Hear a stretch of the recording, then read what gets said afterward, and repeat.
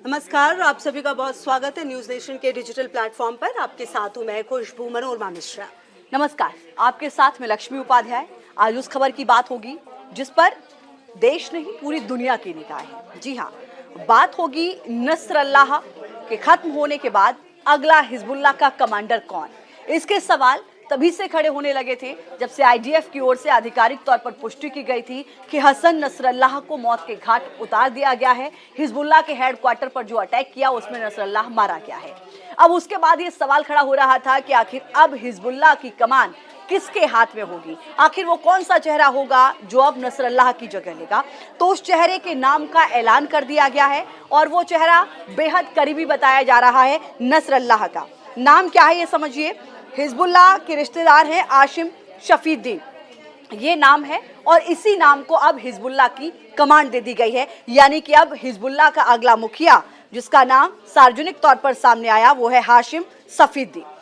जी हाँ, हसन नसरुल्लाह के मारे जाने के बाद अब जो जिम्मेदारी मिली है आसिम शफीउद्दीन को मिली है। और एक बात इस दौरान आप ये भी समझिए कि आसिम शफीउद्दीन को तो जिम्मेदारी मिली है, लेकिन इजराइल के अगर आप रुख की बात करें तो इजराइल अभी भी रुका नहीं है। लेबनान में इजराइल के हमले अभी भी लगातार जारी हैं।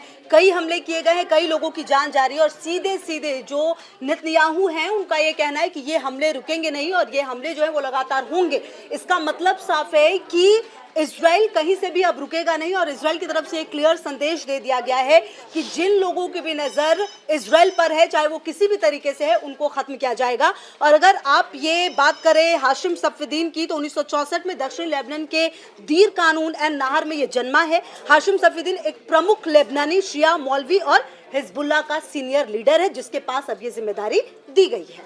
अब आप ये समझिए कि आखिर इस हाशिम को और कैसे आप बहुत ज़्यादा और कम शब्दों में समझ सकते हैं। ये पैगंबर मोहम्मद का खुद को वंशज बताता है, पहली बात। दूसरा, यूएस स्टेट डिपार्टमेंट ने 2017 में, इसको आप याद कर लीजिए, 2017 में इसको आतंकवादी घोषित कर दिया गया था क्योंकि इसने इजराइल के खिलाफ बड़ी जंग उस वक्त शुरू की थी। तब इजराइल ने हिजबुल्लाह के सीनियर कमांडर को मार दिया था और तभी इसने अपने लड़ाकों से कहा था कि दुश्मन को रोने के लिए मजबूर कर दो। आज उसी हाशिम के हाथ में फिर से हिजबुल्लाह की कमांड आई है और सामने है इजराइल जिसने मौजूदा, आप कह सकते हैं कि हिजबुल्लाह के कमांडर यानी कि पूरी तरीके से जो होल्ड था हिजबुल्लाह पर नसरल्लाह को, उसको मारा है। तो अब सीधा जो मुकाबला होगा वो हाशिम से होगा। हाशिम क्या अगला टारगेट इजराइल का होगा, ये एक बड़ा सवाल है। बिल्कुल। और देखिए, कहा जा रहा है कि जो आसिम शफीउद्दीन है इजरायली हमलों से ये बचता रहा है, ये हिजबुल्लाह के राजनीतिक मामलों को देखता आया है, साथ ही एग्जीक्यूटिव काउंसिल का प्रमुख है। इसके अलावा ये जिहाद काउंसिल का चेयरमैन भी है जो संगठन के मिलिट्री ऑपरेशंस की प्लानिंग करता है। और हाशिम काली पगड़ी भी पहनता है, कुछ जो उसकी तस्वीरें सामने आई है वो ये बताता है। और देखिए, हाशिम खुद को पैगंबर मोहम्मद का वंशज बताता है जिसका जिक्र भी हो रहा था, लेकिन यूएस स्टेट डिपार्टमेंट ने 2017 में इसे आतंकवादी घोषित कर दिया है। बहरहाल अब देखिए, सबसे बड़ी बात यह है कि अगर आप अब तक पूरे हिजबुल्लाह को समझे होंगे और पूरे लेबनान हुती इन सबको समझे होंगे तो इनका उद्देश्य एक ही नजर आ रहा है कि किसी भी तरीके से इजराइल को खत्म करना है, वहां पर तमाम जो ताकतें हैं उनको खत्म करना है। लेकिन अगर आप इस पूरे प्रक्रिया में देखिए, इजराइल जो है वो लगातार बड़े बड़े, इससे पहले चाहे आप देखिए कितने बड़े आतंकवादियों को खत्म किया गया, नसरल्लाह की जान ली गई है, लेकिन उसके बावजूद भी इजराइल धीमा नहीं पड़ा है। इसी से आप समझ सकते हैं कि उनकी मंशा कितनी क्लियर है, क्योंकि लगातार इजराइल पिछले कुछ समय से परेशान रहा है इन आतंकवादी हमलों से और बीच में कुछ ज्यादा ही हमले हुए, जिसके बाद अब इजराइल के इस तरह के कदम ये बता रहे हैं कि आने वाले समय में एक भी आतंकी शायद बच ना पाए, जिस तरह से इजराइल की रणनीति चल रही है।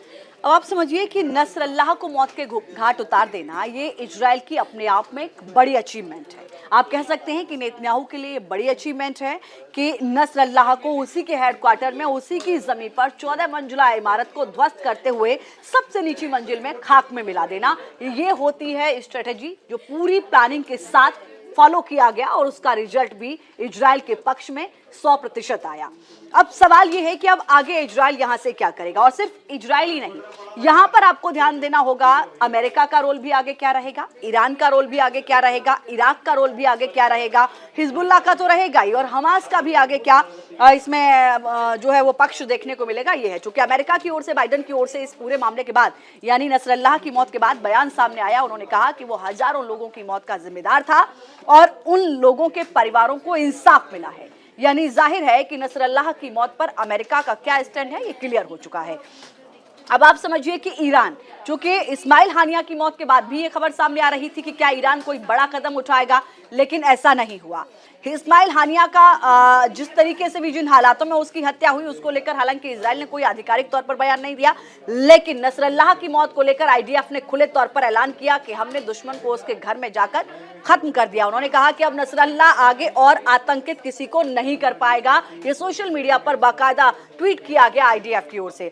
तो अब सवाल यही है कि क्या वेट एंड वॉच की स्थिति में है अभी भी ईरान, या ईरान भी कोई बड़ा कदम आने वाले वक्त में इजराइल के खिलाफ उठा सकता है, इस पर भी नजर रहेगी। बिल्कुल, और इस हमले के बाद देखिए जो पहले स्टेटमेंट में इजरायली पीएम नेतन्याहू हैं, उन्होंने ईरान को चेतावनी दी है, ईरान को चेतावनी दी है, और ईरान को चेतावनी देते कहा कि इजराइल कहीं भी पहुंच सकता है। और वहीं ईरान ने संयुक्त राष्ट्र सुरक्षा परिषद मतलब यूएनएससी की बैठक बुलाई इमरजेंसी। दूसरी तरफ न्यूयॉर्क टाइम्स ने अपनी रिपोर्ट में दावा किया कि नसरल्लाह को मारने के लिए 27 सितंबर को इजराइल ने 8 लड़ाकू विमान भेजे थे। तो देखिए इसकी पूरी जो प्लानिंग की गई वो किस कदर की गई वो भी देखना महत्वपूर्ण है। और इन सब के बीच अब ईरान क्या कहता है, देखिए क्योंकि ईरान ने जब से पेजर ब्लास्ट 17 सितंबर को किया इजराइल ने लेबनान पर, ईरान ने लगातार ये कहा कि जिस तरह के हमले इजराइल लगातार कर रहा है ये कहीं से भी सही नहीं है। और उसने इनफैक्ट ये भी कहा कि दुनिया को इसमें शामिल होना चाहिए और रोकना चाहिए इजराइल को।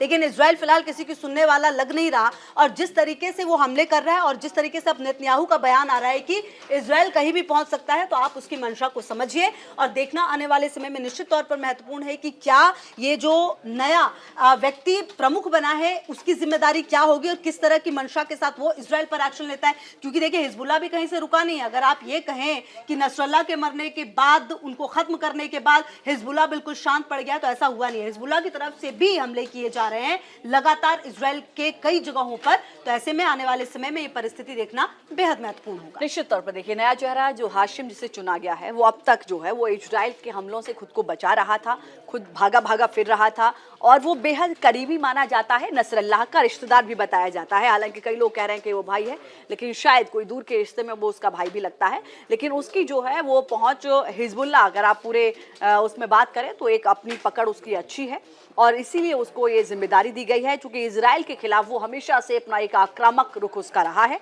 और ऐसे में हाशिम के हाथ में अगर हिजबुल्लाह की बागडोर आई है तो हाशिम का अगला कदम इजराइल के खिलाफ क्या हो सकता है ये देखना होगा। दूसरा, जैसा कि पहले भी मैंने आपको कहा कि पूरे मिडिल ईस्ट में इस वक्त स्थितियां ऐसी हैं कि पूरी दुनिया की निगाहें मिडिल ईस्ट पर हैं, सिर्फ हिजबुल्लाह या इजराइल के लिए नहीं है। ईरान अगर कोई कदम उठाता है उसका असर क्या होगा, क्या उसके बाद अमेरिका की एक सीधी एंट्री होगी, क्या ईरान बाकी जो मुस्लिम देश हैं उनका जो सहयोग चाह रहा है क्या वो ईरान के साथ खड़े होंगे, या फिर इतने महीनों से आप देखिए सबका अपना अलग स्टैंड है, और यही वजह रही थी कि उस स्टैंड की वजह से ईरान भी कोई बहुत बड़ा कदम सीधे तौर पर इजराइल के खिलाफ नहीं उठा पाया। तो क्या यहाँ पर भी ईरान चुप बैठेगा, वेट एंड वॉच की स्थिति में होगा? और अगर ऐसा होता है तो जाहिर है कि जो अपनी ईरान की जो अपनी आप कह सकते हैं कि जो उसने अपनी धाक जमा के रखी थी बाकी स्टेट में या हिजबुल्लाह के लोगों में, हमास के लोगों में, हुती विद्रोहियों के लोगों में, जिस तरीके से वो उनको समर्थन दे रहा था, क्या वो यहाँ पर डाउन होगी, क्या वो यहाँ पर कम होगी, या फिर उसको बरकरार रखने के लिए ईरान की ओर से कोई बड़ा कदम उठाया जाएगा? अब फिलहाल इस पर सभी की निगाहें टिकी हुई हैं। लेकिन अब एक बात जो इसमें बेहद महत्वपूर्ण हो जाती है वो ये कि इजराइल की ओर से, आईडीएफ की ओर से ग्राउंड ऑपरेशन की तैयारी भी पूरी कर दी गई है। जो आज सुबह का अपडेट था वो यही था कि लेबनान के बॉर्डर पर जो है वो बड़े बड़े टैंक जो है वो इजराइल के देखे गए हैं, और ऐसे में संभावना इस बात की है कि इजराइल कभी भी ग्राउंड ऑपरेशन की शुरुआत कर सकता है। न्यूज नेशन अब व्हाट्सएप पर खबरों के ताजा अपडेट के लिए न्यूज नेशन के इस क्यूआर कोड को स्कैन करें।